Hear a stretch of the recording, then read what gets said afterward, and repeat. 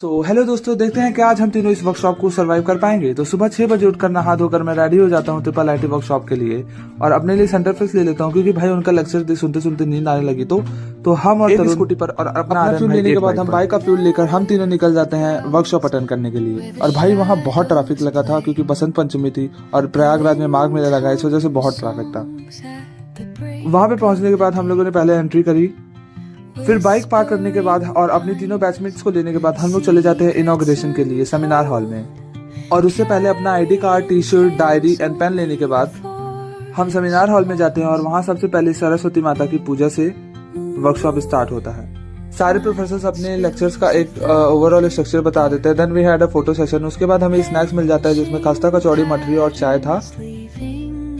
और पहला session doctor Anirban Guha sir का था, host from IIT Bombay. Then हम वी हैड अ ब्रेक जिसमें हम चले जाते हैं अपने लिए कोल्ड ड्रिंक, कुरकुरे लेने। फिर हम लोग आते हैं तो हमारा हैंड्स ऑन सेशन था पहला वाला, which held in the CC1 which is computer centre 1।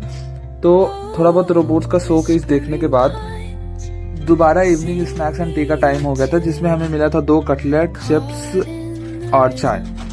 Then professor GC Nandi का सेशन अटेंड करने के बाद हम थोड़ा चले जाते हैं कैफेटेरिया में कुछ खाने पीने।